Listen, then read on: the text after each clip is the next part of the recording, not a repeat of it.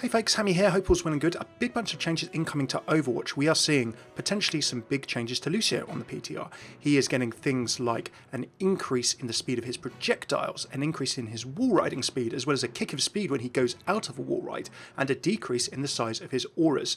There are also some changes to the way that Overwatch will calculate a win or a loss in things like 2CP to hopefully change your experience on things like Eichenwalde and Hanamura to try and make sure there are less draws.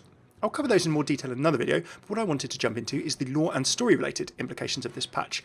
Now, as you can see on this screen, Overwatch is dropping a bit of story in a different way.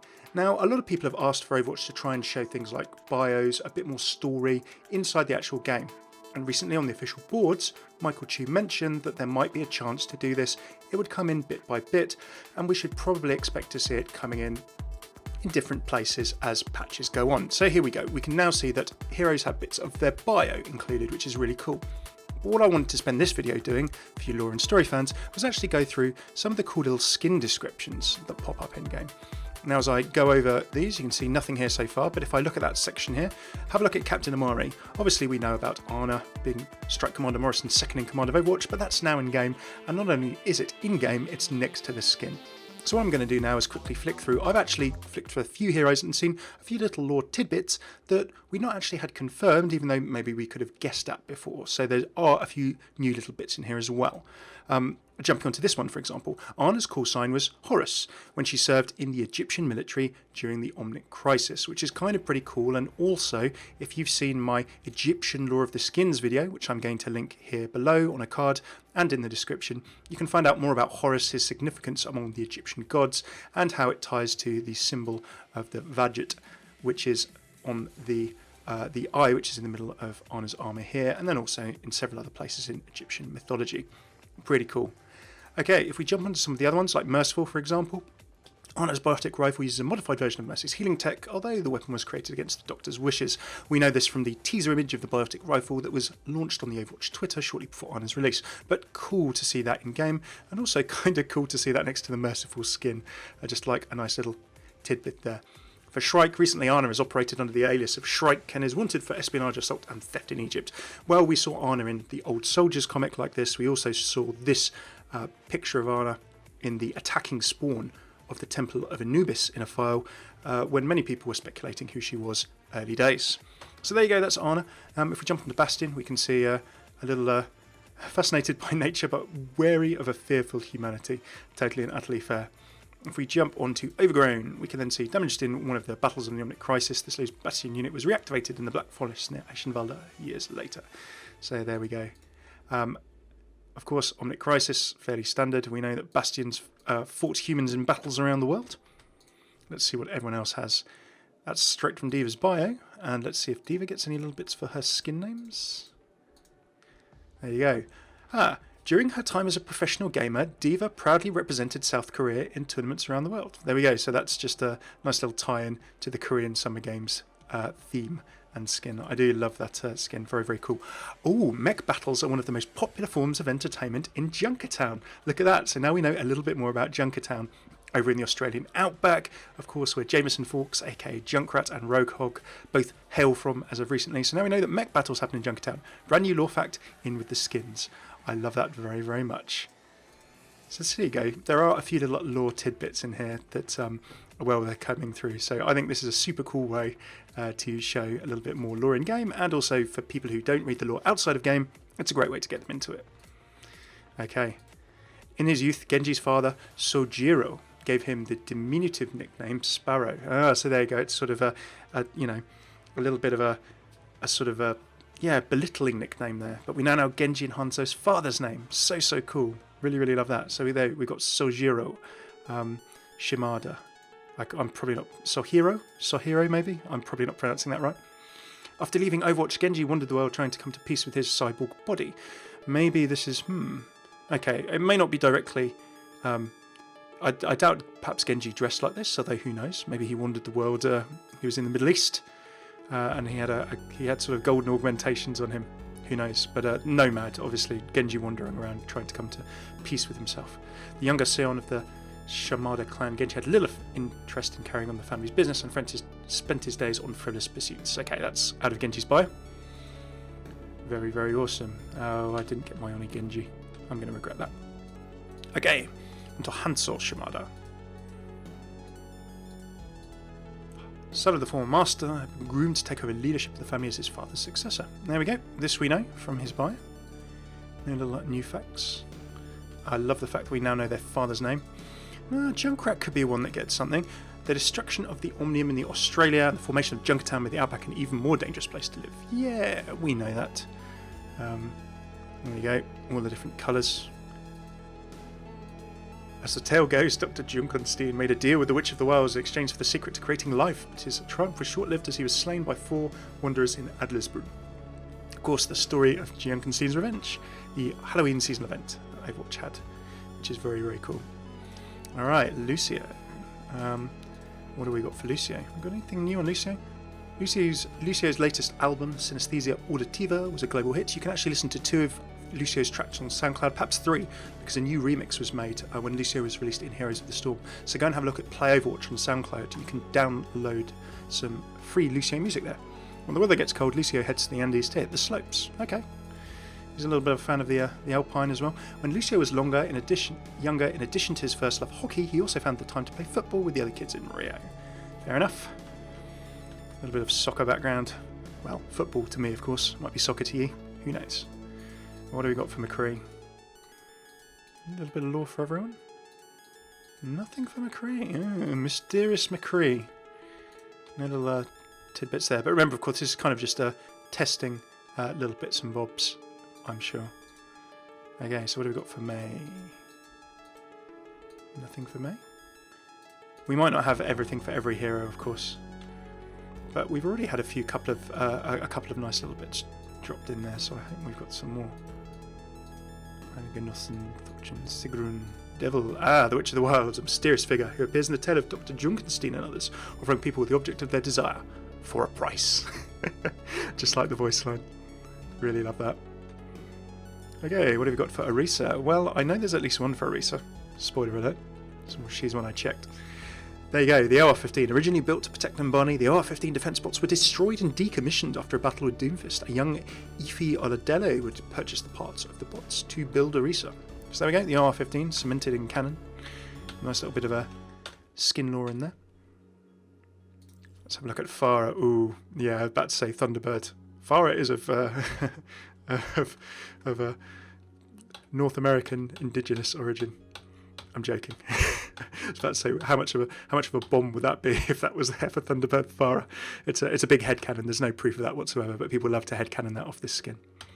Security Chief. Before joining Helix, Farah served with distinction as a member of the Egyptian Armed Forces. Okay, so this is her Armed Forces type skin. It's a Security Chief. But yeah, actually, no, this is the Helix skin because, I'm sorry, it's got Helix Security, so the logo in the middle there. But it's just a little bit of background that we knew on Farah anyway. Rain Dancer. Okay, nothing else new there. Alrighty. Let's have a look at the bios. Farah's commitment to duty. Yep, that is from most of the bios. Orisa doesn't have a bio there. Interesting. Neither does Mercy. May does. Yeah, the little tidbits on the bios are generally straight off the website bio. There we go. Yeah, it makes perfect sense. All right. What we got? I'm guessing. There we go. Gabriel Reyes was the leader of the original Overwatch strike team during the Omnic Crisis and later commanded Blackwatch, the organization's covert ops division. Very, very awesome. In the tale of Dr. Junkenstein, the Reaper was a servant to the Witch of the Wilds, bound to serve her for some unknown reason. What that is, we don't quite know. There we go. There's so many cool things they could add in, like the Nevermore reference from Edgar Allan Poe on that particular skin. So they could even explain a little bit about the other skins, which would be really, really awesome. Even the ones that don't have direct lore references. During the Omnic Crisis, Balderich von Adler commanded the German Crusader unit until he was killed at the Battle of Eichenwalde. Come on, where's my Journey to the West lore for the Lunar New Year? Come on, Year of the Rooster for Wu Jing. I've got a nice... at a young age, Reinhard Wilhelm is enlisted in the German Armed Forces, seeking glory. There we go. Bundeswehr. So there you go. That could well be... I mean, we always thought that might be a canon skin, but there we go. Maybe that's Reinhardt's Bundeswehr skin. When he was fighting in the German army. I like that a lot. Okay, what have we got? So we're going to have Junkenstein's monster, of course, armed with the secret of creating artificial life. Dr. Jameson Junkenstein birthed a monster. I don't know why I'm saying Junkenstein today. There you go, Islander and Toa. Wondering if Roadhog is of more Polynesian islands, the sort of, you know, the southeast, the Australian, well, not Australian, but is it the South China Sea, Pacific Islands? A lot of sort of headcanon around those skins as well. There we go. We'll get a Strike Commander Morrison, I'm sure. There we go. Night Op 76. That is actually a canon one then, maybe. At his first opportunity, young Jack Morrison enlisted in the American Armed Forces to defend his country in the Omnic Crisis. So who knows, maybe that is actually a canon one then. Strike Commander Morrison. Oh, none for Strike Commander Morrison. There you go, I thought we'd Daredevil 76. Yeah, there you go. So I think we can actually have a look at this and say that, you know, either they're just putting it in to test it out, but yeah, Daredevil 76 has nothing to do with that piece of bio lore. We know that. We know he was the Strike Commander of Overwatch until he was disbanded, but until it was disbanded. But that's a really cool way of showing a bit in game. Got any sombrero?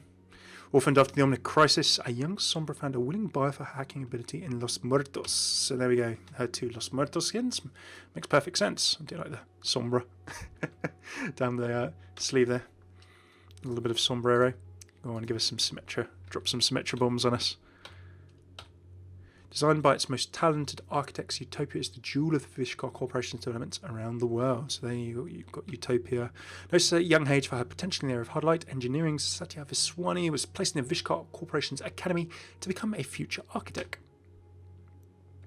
As one of the Vishkar Corporation's most talented architects, she was dispatched to Rio to oversee their new development efforts. Well, we've seen actually, if you have a look at Symmetra's comic on comic.playofwatch.com called A Better World, she actually wears this skin when she's in her older corporate meetings. I do like the U17 on the sleeve.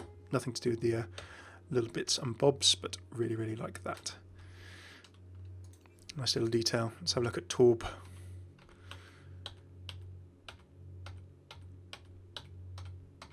Oh, okay. No Torb story. Tracer must have some, right? Must. Surely. Surely. There we go. Before becoming an active agent of Overwatch, Tracer was a test pilot until a mishap with a prototype slipstream teleporting fighter. I do love this. This does look like a pop pilot outfit for sure. Also note no crane accelerator on there as well, and her parachute on the back. I do love the Origins skins, the Origins edition. Anything else? Nope. Tracer did not take part in any athletics trials or anything. Anything about Widow? Much of her life, Amelie Lacroix was better known as an accomplished ballet dancer in Paris, so it's been confirmed that she was a ballet dancer. Amazing. So cool. So there we go. I mean, a lot of people speculate this from those skins as well, but that's a confirmation. Amelie was a ballet dancer, so there you go. Gerard was a fool to love someone like you. There we go. Gerard had his head turned by a ballet dancer. Now we know. Ah, very, very awesome. I'm loving that. Okay, 3 little facts. That's really, really cool. Okay, let's have a look at Winston. I'm loving that. No, nothing about Winston. Most of Winston's formative years were spent as a test subject in Horizon. Well, we know that. Obviously, he's got his Horizon gear on there with the little, you know, logos and insignia in there as well. Awesome. Oh, I'm loving the little tidbits that they've released here. So cool. Okay, after a retirement from competition, she was deployed to the Krasnoyarsk front in Siberia. I think we've had that before. That's kind of near her home. Champion weightlifter, of course. And we know that she retired on the eve of the World Champs to enlist and defend her country. Oh, let's not skip over too quickly, lest we miss something. And Zenyatta. Any Zenyatta bombs to be had?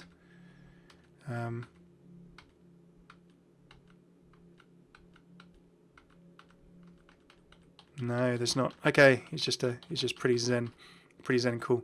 So there we have it. A few cool little things. We know that Anna's call sign in the Egyptian military was Horus. We know that Genji's father and Hanzo's father was called Sohiro. He was kind of diminutive, is sort of almost suggesting, you know, he's sort of like being looked down upon, like mocked a little bit. You know, Sparrow. You know, gentle little Sparrow or something. Why that is, we'll have to find out. And we also know that Widowmaker was a ballet dancer. There we go. Oh, isn't that cool?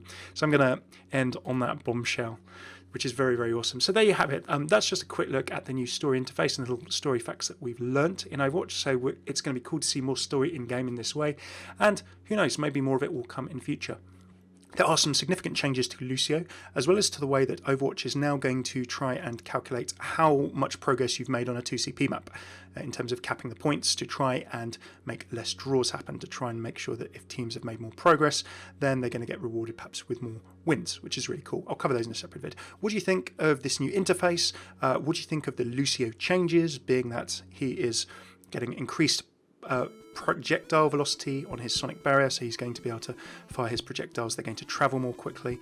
He gets quite a significant speed boost as he's thrown off the end of a wall ride. He's faster while wall riding, but his aura size for his healing and his speed is decreased, and it's actually being temporarily shown in game with a green circle, so you can get used to it. There's a temporary visual indicator that's been said on the patch notes. Do let me know your thoughts. What do you think of all of these little story things? What do you think about Widowmaker's history as a ballet dancer? I think the artifact that she was called Horus is pretty cool, and Genji and Hanzo's father being called Sohiro, and the fact that his nickname as Sparrow was diminutive. Who knows about the father-son relationship there? That'll be interesting to explore. Do let me know your thoughts in the comments, and thanks very much for tuning in. More lore videos coming next week. I'm getting back into my usual written program. In the meantime, if you'd like to see more Overwatch lore and story in loads of depth, including skin lore, I've got a skin lore series going, map lore and Easter eggs, hero lore, voice lines and interactions in loads of depth, including all of the hero voice lines and pre-game interactions from the game. Take a look at the playlists here. Cheers for tuning in. I've been Hammeh. Take it easy.